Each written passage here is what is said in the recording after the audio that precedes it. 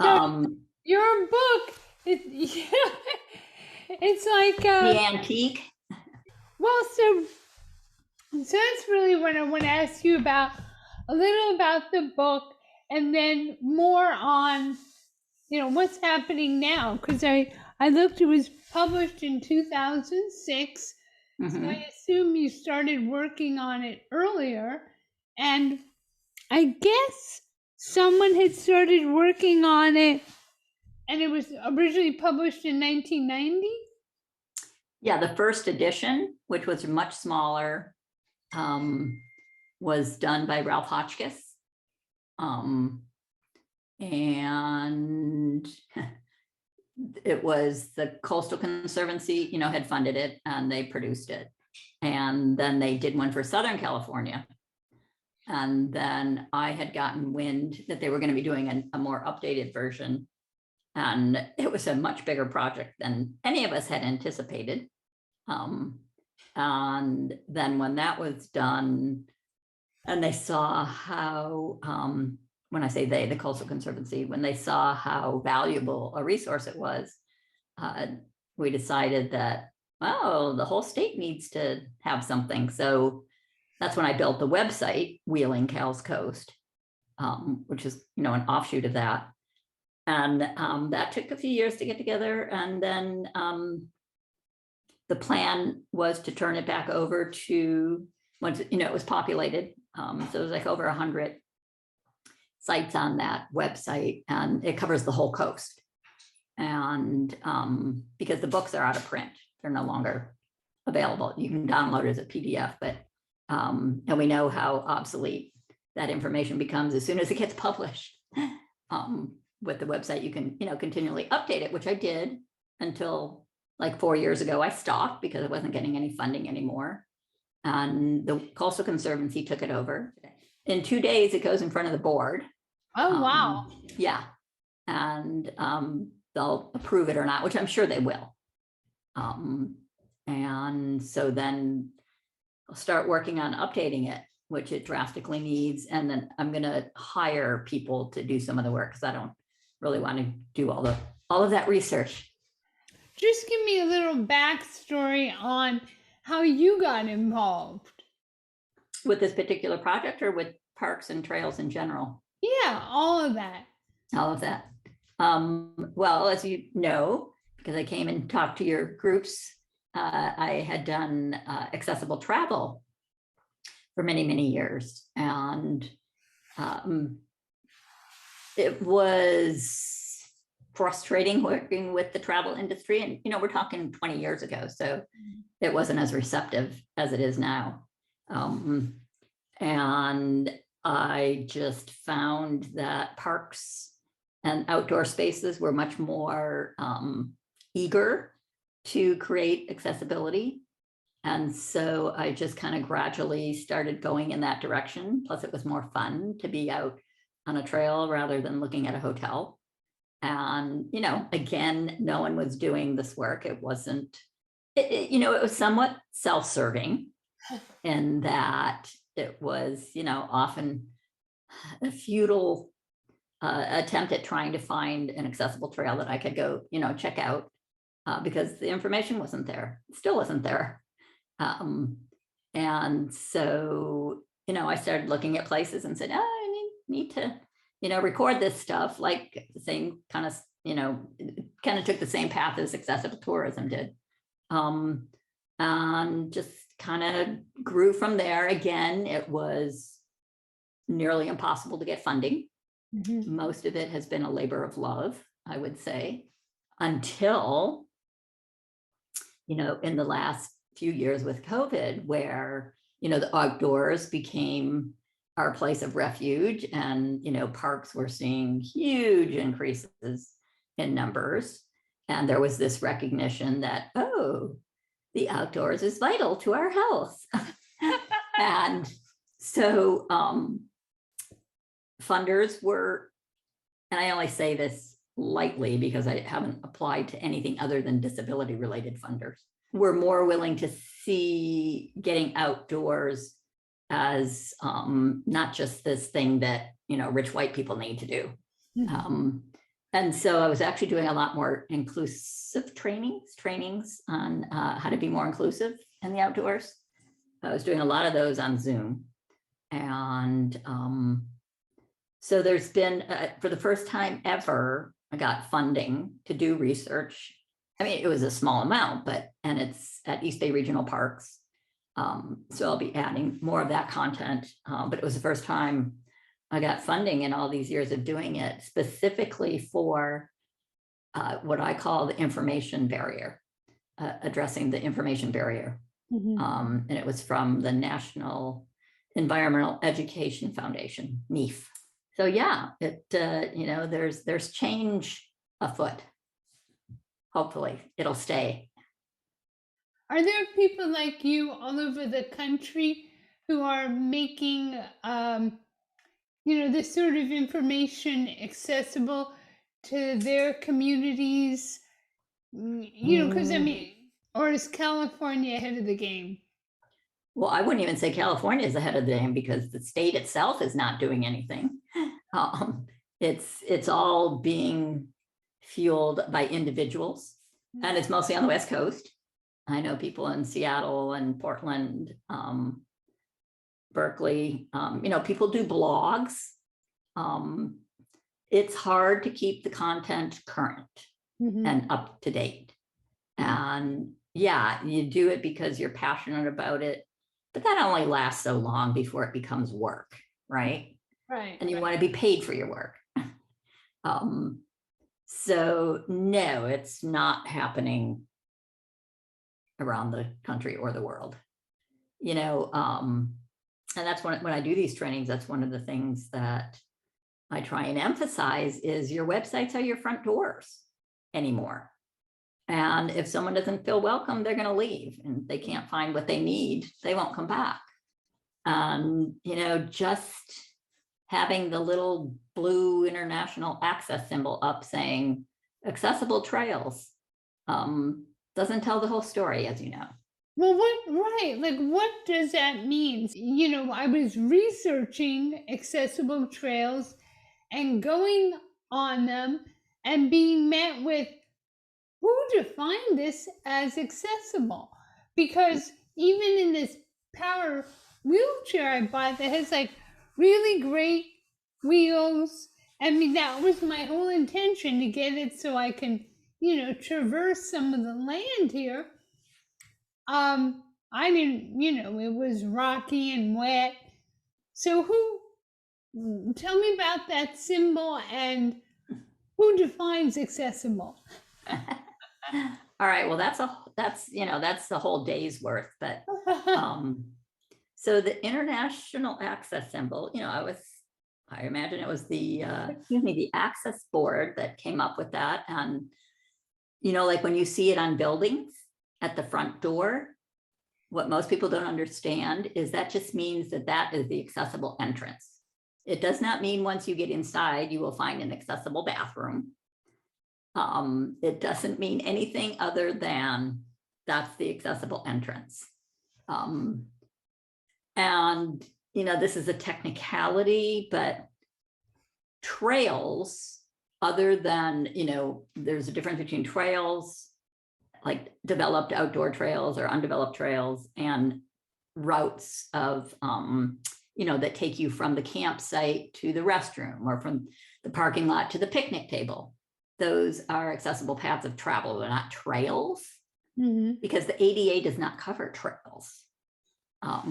That's a different set of regulations that actually haven't even been adopted, but are used, in a lot of the state and a federal agency as the standard. So there are some standards, because most trails out there that they call accessible wouldn't mean any kind of standard. So it's tricky. So my practice has not been to call something accessible, but to give enough information about what someone will find, and they can determine for themselves, oh, does this work? Is this, the kinds of accessibility features that I need? That being said, as trails are in the outdoors and the elements, and we know Mother Nature has a will and mind of her own, So I was just on a trail yesterday. A week ago, there was a log that had fallen down and blocked the route. And to get off the path, I had to go up a really steep exit that I couldn't have done on my own. And when I went yesterday, it was cleared. So you have to kind of expect that kind of stuff. So it's always a good idea, if there's someone you can contact, to find out what, is there anything I should know about, especially if, if you just had a major monsoon, you may not want to go out if the surface is, dirt. Right. So that's the beauty and the curse of, trying to find accessible outdoor stuff to do, because it's different when you go to different times of the year. It changes. I was just saying the other day, it was like, if you're interested in bird watching, the best time to go is in the wet season here, but it's the worst time to be on the trails. So you have to kind of weigh all that stuff. And, more and more products are being developed to get people into more rugged areas. But, they're still unaffordable. They're hard to transport. So yeah, it's complicated. So, there's a whole bunch of different ways of classifying a trail.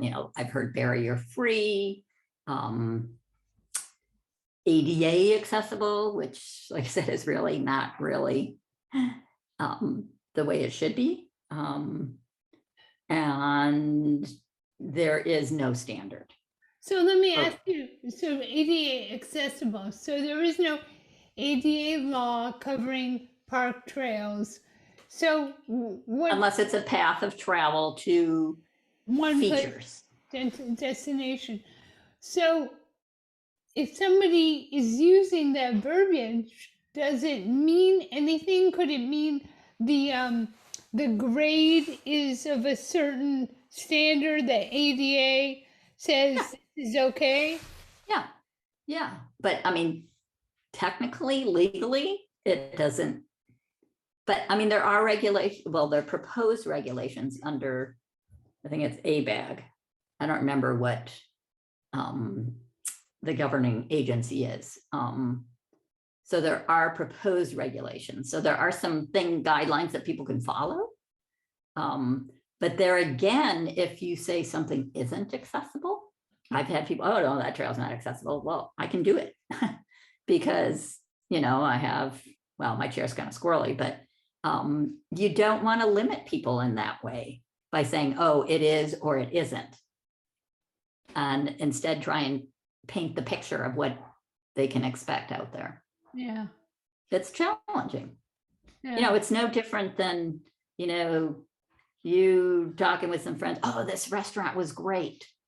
And you go and it's like, bleh. Well, what's great about it? Was it the food? Was it the ambiance? Was it, the prices, the location? You need more details, right? Before you can go. Mm-hmm. Yeah.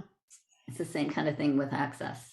So, beach wheelchairs, I don't, they have them at 2 parks here. I know I read about them in San Francisco, Crissy Field. They may even have them at parks in East Bay. Is there a law that, or is it each park, it's their choice if they want to have them available? Yeah, there's no law around it. Okay. But I would say the majority of state parks do have them. And the Coastal Conservancy, up until recently, had a grant program they were giving, trying to get people to apply to get them. The issue with the beach wheelchairs becomes staffing. How do you, especially when you're if you have, like up in Mendocino, that, the one state park might cover a lot of territory and have a few different state beaches. Well, if you have one beach wheelchair for all of them, how do you transport? Does the person have to come pick it up? Are they maintained? But they're pretty readily available and they're very popular. Have you used one, you personally? I have, and I prefer the motorized ones. because I want to have to be able to go where I want to go. Mhm. There's a few in Southern California, one in the Central Coast. We don't have any up here. Again, it's, it's a liability thing, it's a maintenance thing, it's a staffing thing, it's a storage thing. I mean, people do find ways to deal with it. And the other thing that I try to encourage when a park wants to apply for those is also walkers that have the big balloon wheels on them as well. So people that do walk, it helps them be able to walk on the sand. Huh. Yeah, I haven't seen those or heard about them. Yeah. Wheelies, I think, is the adaption. I think that's what it's called. Yeah, but people, are getting pretty inventive with stuff because, the need is there. What? So tell me about Access Northern California. Okay. So like I said, it originally started as a tourism website and morphed slowly into trails and parks. And I'm actually in the process of currently a redesign because I'm going to be adding birding. And it was absorbed 4 years ago. I dissolved the organization. It was its own nonprofit and merged with BORP. So that's, I'm constantly adding to it. It's always expanding. I get people around the state that say, hey, I want to, do some reviews for you. So I will have a disclaimer if it's someone that I haven't, trained to go look at stuff. I'll have a disclaimer at the top of that entry about a particular trail saying that it was reviewed by someone in a manual chair that, is not connected with Access Northern California. Just so people are aware. I think it's really important to say what mobility device the person used that gave the review. Sure. No. Do you have any advice for someone, whether they live on the coast in the US or Canada, or even, somewhere central near a lake, and they have a disability and they want to find out about accessible trails? What would you recommend? And they're willing to do some of the work, the dirty work up front. I would say get in contact with the land manager of the particular place that they are interested in going. It's often the rangers, the people that are working the properties that know it. See if you can get in touch with them. I would start with asking if they have person designated as their ADA compliance person. Oftentimes, I know, at least with East Bay Regional Parks, it's in their liability department or whatever. It's, it's not in their planning department. It's kind of after the fact. Right. And a lot of the bigger parks will have had someone designated. So they're always a good place to reach out. So I would start with those things. And also, if they have a board that oversees the agency, to, make suggestions to the board that they, get some better content on there for accessibility and, talking about how our population is aging, and with COVID, everyone wants to be outdoors, and there's not equity for people with disabilities. The one thing that I want to, say is that you don't have to travel great distances to get out in nature. Just going around in your neighborhood and noticing it in different seasons, and what birds are singing and what colors are appearing. It could be as simple as that. It doesn't have to be a major, a lot of people I know, one of the biggest barriers is transportation to get out. But it's at our fingertips. Yeah, that's a silver lining to COVID, is a rediscovery of the natural world. Yep. And then hopefully in that rediscovery, people become better stewards of the land and appreciate Mhm. and want to protect it. So that's where I'm going down that path to try and, get more people concerned. Mhm. Well, thank you so much. And